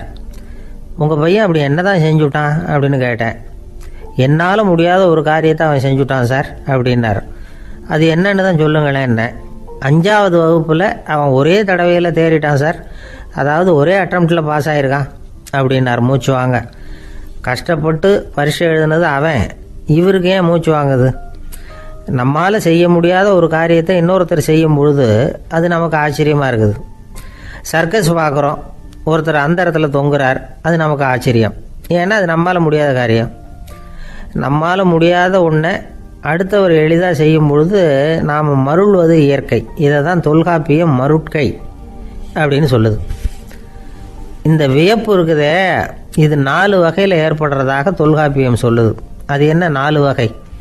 முதல் வகை எப்படின்னா புதுமையான அரிய செயல்களை செய்கிறது. 2வது வகை என்னென்னா பெரும் செயல்களை செய்கிறது. 3வது வகை என்னென்னா மிக நுட்பமான செயல்களை செய்கிறது. 4வது வகை என்னென்னா ஆக்கம் தரும் செயல்களை செய்கிறது. புதுமை, பெருமை, சிறுமை, ஆக்கமோடு மதினம் சாலா மருட்கை 4 அப்படிங்கிறது தொல்காப்பியம். இன்றைக்கி விஞ்ஞானம் புதுசு புதுசாக எதையோ கண்டுபிடிக்குது. ஆரம்பத்தில் அது ஆச்சரியமாக இருக்குது, அப்புறம் அது நமக்கு பழகி போடுது. வானொலி பெட்டி புதுசாக வந்தப்போ ஒரு பெட்டி பேசுதுங்கிறது எவ்வளோ பெரிய ஆச்சரியம். இப்போ யாரும் அதை ஆச்சரியமாக பார்க்குறதில்ல. மதினம் சாலா மருட்கை அப்படின்னு ஒரு சொற்றொடர் வருது பாருங்கள். அதில் கருத்தாழம் உண்டு. எதை பற்றியும் போதுமான அளவு புரிந்து கொள்ளாத போது ஒருத்தர் ஆச்சரியப்படுறார். புரிந்து கொண்ட பிறகு ஆச்சரியம் மறைஞ்சு போடுது. மிக நுட்பமான செயல்களும் நம்ம ஆச்சரியப்பட வைக்கும். ஒரு அரிசியில் ஒரு திருக்குறள் எழுதி காட்டுறாங்க, ஒரு முட்டை ஓட்டுக்குள்ளே ஓவியம் தீட்டி காட்டுறாங்க. கருங்கல் சிற்பங்களில் எவ்வளவு நுட்பமான வேலைப்பாடுகளை எல்லாம் பார்த்து ஆச்சரியப்படுறோம். இது மாதிரி ஆக்கப்பூர்வமான அரிய செயல்களை செய்கிறது கூட வியப்பை உண்டு பண்ணும். குப்பை கூலங்களை கூட வாழ்க்கைக்கு பயன்படுகிற பொருளாக மாற்றுகிறவர்கள் இருக்காங்க. அவர்களுடைய செயல் வியப்பு அளிக்குது. இடைக்காட்டு சித்தர் பாடின 30 நூலில் வர்ற ஒரு பாடல், ஆற்றல் பிறர் அறிதலின் அகம் கிளர்வு உறுதலின் கற்று அறி பாணர் கழுமிய கோடலின் தோற்றம் உருகவே போற்றல் சால் வியப்பே. ஒருத்தருடைய ஆற்றல் தெரியாமல் இருந்தது, அவருடைய அரிய செயலை பார்க்கும் பொழுது வியப்பாக இருந்தது, மனசுக்குள்ள கிளர்ச்சி. பாவலர்கள் இவர்களுடைய புகழை பாடி மற்றவர்களும் தெரிந்து கொள்ளுமாறு செய்கிறார்கள் அப்படிங்கிறது தான் ஒரு யதார்த்தமான உண்மை. ஆக எல்லா வகையிலும் மக்கள் தங்களுடைய வாழ்க்கையில் முன்னேறுவதற்கான வழிகாட்டுகிற ஒரு மெய்ப்பாடு தான் வியப்புங்கிறது. இந்த காலத்தில் நம்ம எப்படியெல்லாம் ஆச்சரியப்பட வைக்கிறாங்க. ஒரு ஆளை பிடிச்சி ஜெயிலில் கொண்டு வந்தாங்க. ஜெயில் அதிகாரி அவனை ரொம்ப ஆச்சரியமாக பார்த்தாரான். இவன் கேட்டான், ஏன் சார் அப்படி பார்க்குறீங்க, நான் இப்போ இங்கே வர்றது உங்களுக்கு ஆச்சரியமாக இருக்குதா அப்படின்னு கேட்டிருக்கான். இதுக்கு ஜெயில் அதிகாரி சொல்லியிருக்கார், நீ இப்போ இங்கே வந்ததில் எனக்கு ஒன்றும் ஆச்சரியம் இல்லைப்பா, ஏற்கனவே நீ இங்கேருந்து விடுதலையாகி போய் 6 மாதம் ஆச்சு, இவ்வளவு லேட்டாக வர்றியா, அதுதான் எனக்கு ஆச்சரியமாக இருக்குது அப்படின்னாராம்.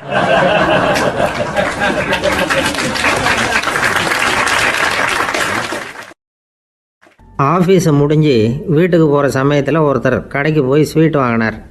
சரி, வீட்டுக்கு பிள்ளைங்களுக்கு தான் வாங்கிட்டு போகிறார் அப்படின்னு மற்றவங்க நினச்சாங்க. அவர் அப்படி செய்யலை. அந்த இடத்துலையே பொட்டலத்தை பிரித்தார். திருட மாதிரி அப்படியே சுற்றி ஒரு தரம் பார்த்துக்கிட்டார். யாரும் தெரிஞ்சவங்க இல்லைங்கிறத முடிவு பண்ணிவிட்டு அவசரமாக அதை அப்படியே போட்டு முழுகிவிட்டு கையை தொடச்சிக்கிட்டு நல்ல பிள்ளை மாதிரி நடந்து போக ஆரம்பிச்சிட்டார். அவர் யாருன்னா, அவரோட பிரச்சனை எல்லாருக்கும் தெரியாது, சில பேருக்கு தான் தெரியும். அதாவது அவர் உடம்பில் சர்க்கரை இருக்குதுன்னு டாக்டர் சொல்லிவிட்டாராம்.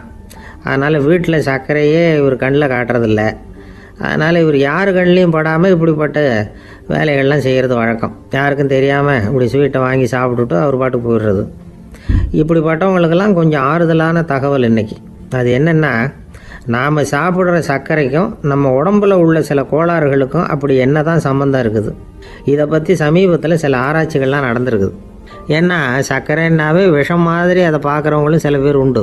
சின்ன பிள்ளைங்களுக்கு வயத்தில் பூச்சி உண்டாகிறதுலேருந்து பெரியவங்களுக்கு நீரிழிவு வர்ற வரைக்கும் எல்லாத்துக்கும் சர்க்கரை தான் காரணம்னு சொல்லிகிட்டு இருக்கிறோம். ஆனால் அந்த அளவுக்கு பயப்பட வேண்டிய அவசியம் இல்லை அப்படின்னு சொல்கிறாங்க. சர்க்கரை வியாதி, இருதய நோய், பித்த நீர்ப்பை நோய், இதெல்லாம் சில நோய்கள்லாம் நாம் சாப்பிட்ற சர்க்கரைக்கும் தொடர்பு இருக்குன்னு நினைக்கிறோம். ஆனால் அப்படி சம்பந்தம் உண்டுங்கிறதுக்கு போதுமான அளவுக்கு ஆதாரம் இல்லை அப்படிங்கிறாங்க ஆராய்ச்சியாளர்கள். ஒரே ஒரு சம்பந்தம் தான் உறுதியாக இருக்குதான். அதுவும் இந்த பல் சிதைவு அப்படின்னு இருக்கு இல்லையா, அந்த சர்க்கரை சாப்பிட்றதுக்கும் இந்த பல் சிதைவுக்கும் சம்மந்தம் இருக்குது அப்படிங்கிறத மட்டும் உறுதியாக சொல்கிறாங்க. சர்க்கரைன்னா நாம் சாப்பிட்ற ஜீனி மட்டும் இல்லை, பழம், காய்கறி, பால், தேன் இப்படி எல்லாத்துலேயும் அது இருக்குது. கேரட்டு கொடுக்குற சத்தில் 88% சர்க்கரை, ஆப்பிள் கொடுக்குற சக்தியில் 95% சர்க்கரை. இது ஜீனி சர்க்கரை, இது ஆப்பிள் சர்க்கரை அப்படிங்கிற வித்தியாசம்லாம் உடம்புக்கு கிடையாது. ரெண்டுமே உடனடியாக சக்தி கொடுக்குது. ஒரு ஸ்பூன் சர்க்கரையில் 16 கலோரி தான் சத்து இருக்குது. அதிகமாக சர்க்கரை சாப்பிட்டா நீரிழிவு வந்துருங்கிறது தப்பான ஒரு அபிப்பிராயம். டயபெட்டிஸுங்கிறது ஒரு மெட்டபாலிக் டிசார்டர், அவ்வளவுதான். அதாவது நாம் சாப்பிட்ற சர்க்கரையை நம்ம உடம்பு திறமையாக உபயோகப்படுத்திக்க முடியல அப்படின்னு அர்த்தம். அதனால தான் அதிகமாக இனிப்பு வேணாம்னு சொல்கிறோம். ஏற்கனவே உடம்பால் முடியாத ஒன்றை மறுபடியும் அது தலையில் சுமத்தி அதிகமாக வேலை வாங்க வேணாமே அப்படிங்கிறதுக்காக தான். ஆகாரத்தில் அதிகமாக சர்க்கரை இருந்தால் அதனால் உடனே சர்க்கரை வியாதி வந்துடும்ங்கிறதுக்கு விஞ்ஞான ரீதியாக போதுமான ஆதாரம் இல்லை. அதனால் எப்போவாவது அதிகமாக ஸ்வீட்டு சாப்பிட்டுட்டா ஐயோ அதிகமாக சாப்பிட்டோமோ என்ன பண்ண போகுது தெரியலையே அப்படின்னு நினச்சி மனசை போட்டு குழப்பிக்க வேண்டியதில்லை. பொதுவாக எதுவுமே அதிகமாக வேண்டாம், எல்லாம் சீராக இருந்தால் போதும். நீரிழிவுங்கிறது புதுசாக வந்துட்ட ஒரு நோய் இல்லை, ரொம்ப காலமாகவே இருக்கிற ஒன்று தான். நம்ம முன்னோர்கள் இதை மதுமேகம் அப்படின்னு சொல்லுவாங்க. அதை கட்டுப்படுத்துறதுக்கு அவங்களே சில வழிமுறையை சொல்லி வச்சுருக்கிறாங்க. அது என்னென்னா வேறு ஒன்றும் இல்லை, இந்த பாவக்காய், முள்ளங்கி, அருகம்புல், அவ்வளவுதான். வெள்ளை முள்ளங்கி இருக்குல்ல, அதை வாரத்துக்கு 3 நாள் சாப்பிட்டுக்கிட்டு வாங்க. நூலுக்கோல் ரொம்ப நல்லது. இல்லைன்னா முள்ளங்கி சாறு 1 ounce சாப்பிட்டுட்டு வரலாம். ரத்தத்தில் சேர்கிற சர்க்கரை அளவு இதெல்லாம் கட்டுப்படுத்துது. சிறுநீரில் காணப்படுகிற சர்க்கரை அளவையும் சமநிலைப்படுத்துது. தினமும் ஆகாரத்தில் கோதுமை, கேழ்வரகு, வெந்தயம், கருவேப்பிலை, சோயாபீன்ஸ் எது கிடைக்குதோ சேர்த்துக்கலாம். இப்படிலாம் செஞ்சுக்கிட்டு வந்தால் அப்புறம் வீட்டுக்கு தெரியாமல் கடையில் போய் நின்றுக்கிட்டு ஸ்வீட் வாங்கி திருட்டுத்தனமாக சாப்பிட வேண்டிய அவசியமே உங்களுக்கு வராது. 2 ஆசாமிகள் கடற்கரையில் உட்காந்து சாவகாசமாக பேசிக்கிட்டு இருந்தாங்களாம். ஒருத்தர் சொன்னார், இன்னொருத்தருக்கு தெரியாமல் ஸ்வீட்டு சாப்பிட்றதே எப்பவும் இடைஞ்சல் தான் சார். நேற்றுக்கு பாருங்கள் அப்படி தான் சாப்பிட்டுக்கிட்டு இருந்தேன், வீட்டுக்காரி கண்ணில் போட்டுவிட்டுது, அதுக்கப்புறம் ஒரே ரகலையாக போச்சு அப்படின்னாரா. எனக்கு கூட அப்படி தான் சார் ஆகிட்டுது, ஒரே ரகலை அப்படின்னாரா இன்னொருத்தர். நீங்கள் சாப்பிட்டதும் உங்கள் வீட்டுக்காரங்க கண்ணில் போட்டுவிட்டுதா சார் அப்படின்னு கேட்டிருக்காரு இவர். அதுக்கு அவர் சொன்னாராம், அப்படி இல்லை சார், கடைக்காரர் கண்ணில் போட்டுவிட்டுதோ, நான் அவருக்கு தெரியாமல் அந்த ஸ்வீட்டை அவர் கடையிலேருந்து எடுத்திருந்தேன் அப்படின்னு விளக்கம் கொடுத்தாராம் இந்த ஆள்.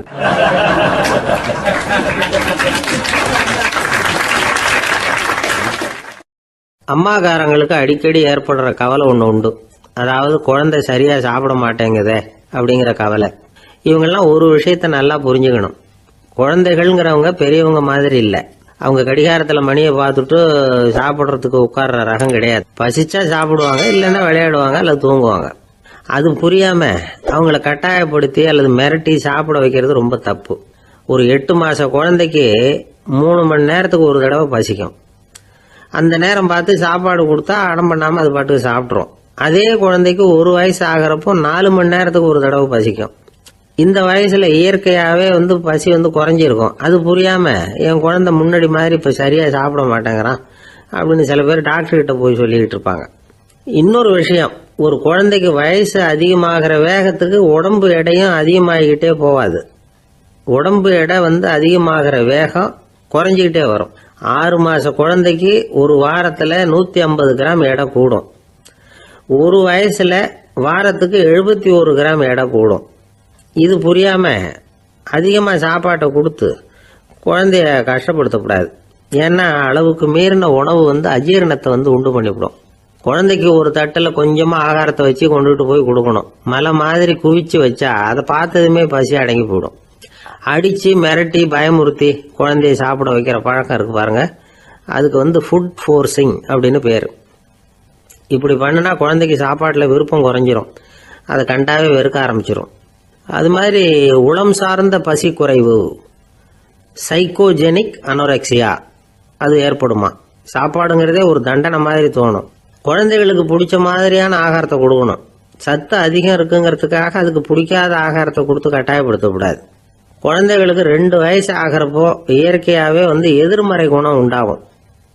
அதாவது அந்த எதிர்மறையாக பேசுறது. இது மாதிரி சமயங்களில் நாம் என்ன சொல்கிறோமோ அதுக்கு நேர்மாறாக நடந்துக்கும். ஏட்டிக்கு போட்டி, சாப்பிட சொன்னால் விளையாட போவோம், விளையாட சொன்னால் சாப்பாடு கேட்கும். இதை புரிஞ்சுக்கிட்டு நடந்துக்கணும். குழந்தை சொன்ன பேச்சை கேட்கலேன்னு கோவப்படக்கூடாது. குழந்தை வளர வளர பிடிவாத குணம் வர்றது சகஜம். கேட்டதை வாங்கி கொடுத்தாதான் சாப்பிடுவேன் அப்படின்னு பிடிவாதம் பண்ணும். வாங்கி கொடுத்து விடுறது தான் உத்தமம். நீங்களும் அதுகிட்ட பிடிவாதம் பண்ணிட்டு இருக்கக்கூடாது. ஏன்னா கேட்டது கிடைக்கலையேங்கிற ஏமாற்றம் கூட குழந்தையோட பசியை குறைச்சிரும். கேட்டது கிடைச்சிட்டா பசி அதிகமாகும். கொடுத்ததை மளமளன்னு சாப்பிட்றோம். குழந்தைகளுக்கு கண்ட கண்ட நேரத்தில் சாப்பிட்றதுக்கு எதையாவது வாங்கி கொடுத்துக்கிட்டு இருந்தா சாப்பாட்டு நேரத்தில் சாப்பிடாம அடம் பண்ண ஆரம்பிச்சிடும். பள்ளிக்கூடம் போகிற பிள்ளைங்க காலை உணவை சரியாக சாப்பிட மாட்டாங்க. அச்சம், அவசரம், பரபரப்பு இதெல்லாம் தான் காரணம். பள்ளிக்கு புறப்படுறதுக்கு ஒரு 3/4 மணி நேரத்துக்கு முன்னாடியே சாப்பாடு போட்டுருங்க, அது சரியாக போடும். படிக்கிற குழந்தைகள் உடல் சோர்வு, மனச்சோர்வு இது காரணமாக கூட சாப்பிட மறுக்கிறது உண்டு. இப்போ உதாரணமாக சாயந்தரம் விளையாடி விட்டு வீட்டுக்கு வந்ததும் சாப்பிட சொன்னால் வேணாம்பாங்க. இது உடல் சோர்வு. ரொம்ப நேரம் வீட்டு பாடங்களை செஞ்சு முடித்த கையோடு சாப்பிட சொன்னாலும் அவங்களால சரியாக சாப்பிட முடியாது. இது உளச்சோர்வு, அதாவது மனச்சோர்வு. இதை தவிர குழந்தைகளுக்கு உடல் நலக்குறைவு ஏற்பட்டால் கூட சாப்பிட மறுக்கிறது உண்டு. சில மருந்து மாத்திரைகள் கூட பசியை குறைச்சிரும். அதனால் சரியாக தெரிஞ்சுக்கிட்டு குழந்தைகளை சாப்பிட வைக்கணும். அது புரியாமல் கையில் சாப்பாட்டு தட்டை வச்சுக்கிட்டு குழந்தைகளை விரட்டிக்கிட்டு அலையக்கூடாது. ஒரு சின்ன பையன் சொன்னான், எங்கள் அம்மா சாப்பாடு போடுறது தெரிஞ்சா நான் உடனே வீட்டை விட்டு வெளியில் ஓடி போடுவேன் அப்படின்னா. ஏன் அப்படி பண்ணுறேன்னு கேட்டோம். எங்கள் அப்பா கூட அது மாதிரி தான் சார் பண்ணுவார் அப்படிங்கிறான்.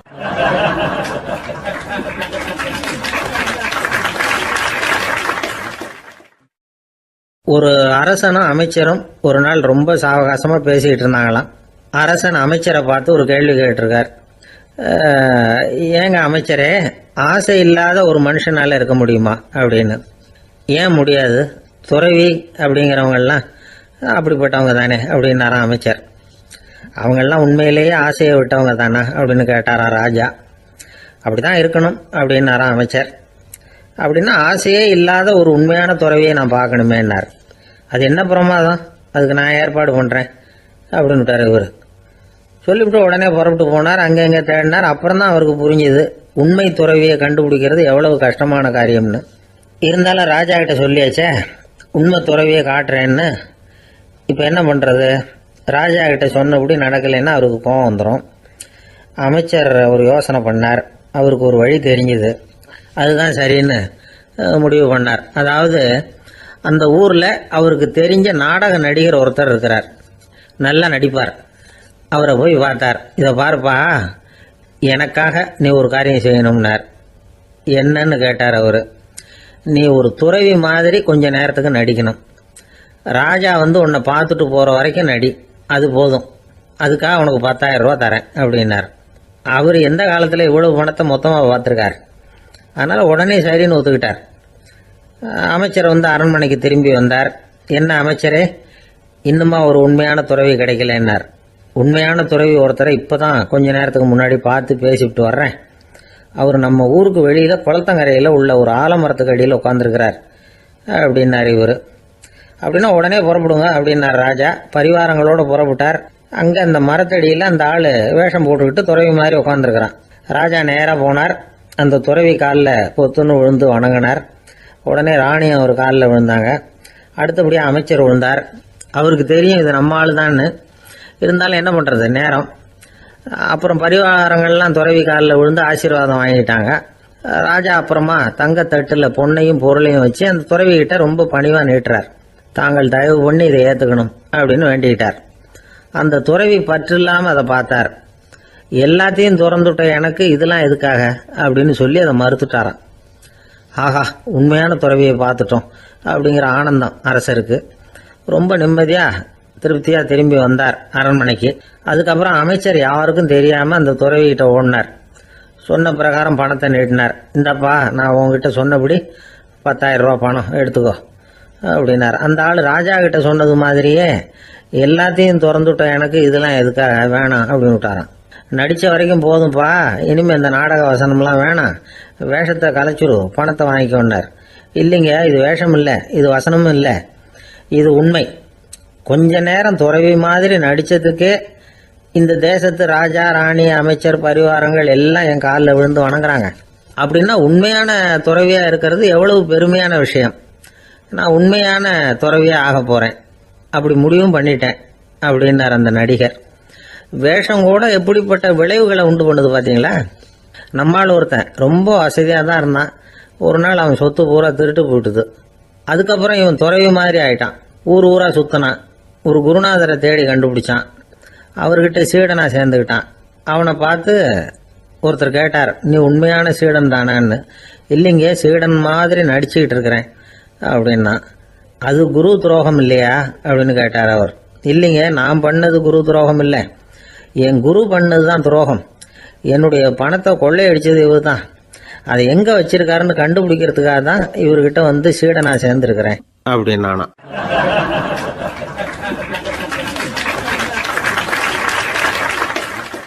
ஒருத்தர் ரொம்ப அவசரமா வந்தார். சார், மனுஷன் நிம்மதியா இருக்கிறதுக்கு என்ன வழின்னு கேட்டார். சீக்கிரமா ஒரு கல்யாணத்தை பண்ணீங்க, எல்லாம் சரியா போடும் அப்படின்னோம். அவர் ஒரு மாதிரியா பார்த்தார். ஏற்கனவே எனக்கு கல்யாணம் ஆயிட்டுது சார், அதனால தானே நிம்மதியா இருக்கிறதுக்கு வழி கேட்கறேன் அப்படின்னார். சரி, இவர் ஒரு மாதிரியான கேஸ் அப்படின்னு நினைச்சுக்கிட்டு நம்ம கிட்ட இருந்த ஒரு சின்ன புத்தகத்தை அவர்கிட்ட தூக்கி கொடுத்தோம். இதை படிச்சு பாருங்கன்னு. கல்யாணத்துக்கு பிறகும் சந்தோஷமா இருக்கிறதுக்கு என்ன வழி அப்படிங்கிற கேள்விக்கு அந்த புத்தகத்துல விளக்கம் இருந்தது. கணவன் மனைவிக்குள்ள சிக்கல் வராம இருக்கிறதுக்கு அதுல சில வழிகளை சொல்லி கொடுத்துருக்குறாங்க. அதெல்லாம் என்னென்ன அப்படிங்கறத இப்ப பார்க்கலாமா. குடும்பம்னு இருந்தா கோபம் வரதான் செய்யும். அது வந்துட்டு போகட்டும், பரவாயில்ல. ஆனா அந்த கோபம் ஒரே நேரத்துல ரெண்டு பேருக்கும் வந்துடாம பாத்துக்கணும். ஒரு சமயத்துல யாராவது ஒருத்தர் தான் கோபப்படணும், அடுத்தவங்க அமைதியா இருக்கணும். அதுக்கப்புறம் இவர் அமைதியான உடனே அவங்க ஆரம்பிச்சுக்கலாம். கோபமா ஏதாவது சொன்னா உடனே கோபமா பதில் சொல்லக்கூடாது. கொஞ்சம் பொறுத்து கோபம் தீர்ந்த உடனே அந்த பதில சொல்லலாம். அப்போ பதில் கோபமா இருந்தா கூட அது அவ்வளவு பெருசா தெரியாது. அற்ப விஷயத்துக்கெல்லாம் காய்ச்சி மூச்சுன்னு கத்திட்டு இருக்கக்கூடாது. உங்க ரெண்டு பேருக்குள்ள ஒரு தர்க்கம் ஆரம்பமாயிட்டுதுன்னு வச்சுக்கோங்க. கடுமையா ரெண்டு பேரும் விவாதம் பண்றீங்க. உங்கள ஒருத்தர் இதுல ஜெயிக்கணும்னா அது நீங்களா இருக்க வேணாம், அடுத்தவங்க ஜெயிக்கிறதுக்கு நீங்க துணையா இருங்களேன். அப்படின்னா நீங்க கொஞ்சம் விட்டு கொடுக்கணும், அவ்வளவுதான். ஏதாவது குத்தம் சொல்லணுமா, செஞ்ச தப்ப சுட்டி காட்டணுமா, விமர்சனம் பண்ணணுமா, பண்ணுங்க, வேணான்னு சொல்லல. ஆனா சொன்னதை அப்படி சொல்றத கொஞ்சம் அன்பா இதமா சொல்லுங்க. எப்போ நடந்த தவறுகளை எல்லாம் இப்போ போய் மறுபடியும் ஞாபகப்படுத்திட்டு இருக்க வேண்டாம். நான் அப்பவே சொன்னேன் இந்த புடவை வேணாம்னு, நீங்க தான் கேட்கல, இப்ப பாருங்க கிழிஞ்சு போச்சு இப்படின்னு கத்துனாங்க ஒரு அம்மா. எப்போ சொன்னீங்கன்னு கேட்டா ஒரு 10 வருஷத்துக்கு முன்னாடி தீபாவளி சமயத்துல அப்படிங்கிறாங்க. அது என்ன இன்னும் அப்படியே புதுசாகவா இருக்கும்? உங்களுக்கு அவர் தான் பெருசு, அவருக்கு நீங்க தான் பெருசு. அதை விட இந்த உலகத்துல வேற எதுவும் முக்கியம் இல்லைன்னு நினைக்கணும். நீ தான் என்னுடைய உலகம்னு எத்தனை தடவை சொல்லியிருப்பீங்க. அதெல்லாம் வெறும் வசனமா போயிடக்கூடாது. ஏதாவது ஒரு பிரச்சனையை பத்தி கடுமையா விவாதம் பண்ணிட்டு இருக்கீங்க, அதை அப்படியே பாதியில விட்டுட்டு படுக்கைக்கு போயிடக்கூடாது. சொச்சத்தை நாளைக்கு பேசிக்கலாம்னு. அப்படி போனா தூக்கம் வராது. பிரச்சனையை ஒரு முடிவு பண்ணிக்கிட்டு அதுக்கப்புறமா தூங்க போகணும். ஒரு நாள்ல ஒரு தடவையாவது உங்க ஜோடியை பாராட்டி நல்ல விதமா கனிவா ஒரு வார்த்தை சொல்லணும் அப்படின்னு தீர்மானம் பண்ணீங்க. ஏதாவது தப்பு பண்ணிவிட்டீங்கன்னா பரவாயில்ல, அதை ஒத்துக்கிறதுக்கும் மன்னிப்பு கேட்கறதுக்கும் தயாரா இருக்கணும். அது ஒன்றும் கேவலம் கிடையாது. வீட்டுக்குள்ள தானே கேட்க போறீங்க, வெளியில யாருக்கு தெரிய போதும். எப்படியோ உங்களுக்குள்ள ஒரு சமரசம் ஆனா சரிதான். ஒரு தகராறுன்னு எடுத்துக்கிட்டா குறைஞ்சபட்சம் அதுக்கு 2 பேர் தேவை. தனியாவே உட்காந்துக்கிட்டு நான் இப்ப தகராறு பண்ணிட்டு இருக்கிறேன் அப்படின்னு யாரும் சொல்ல முடியாது. 2 பேர் தகராறு பண்றாங்கன்னா பொதுவா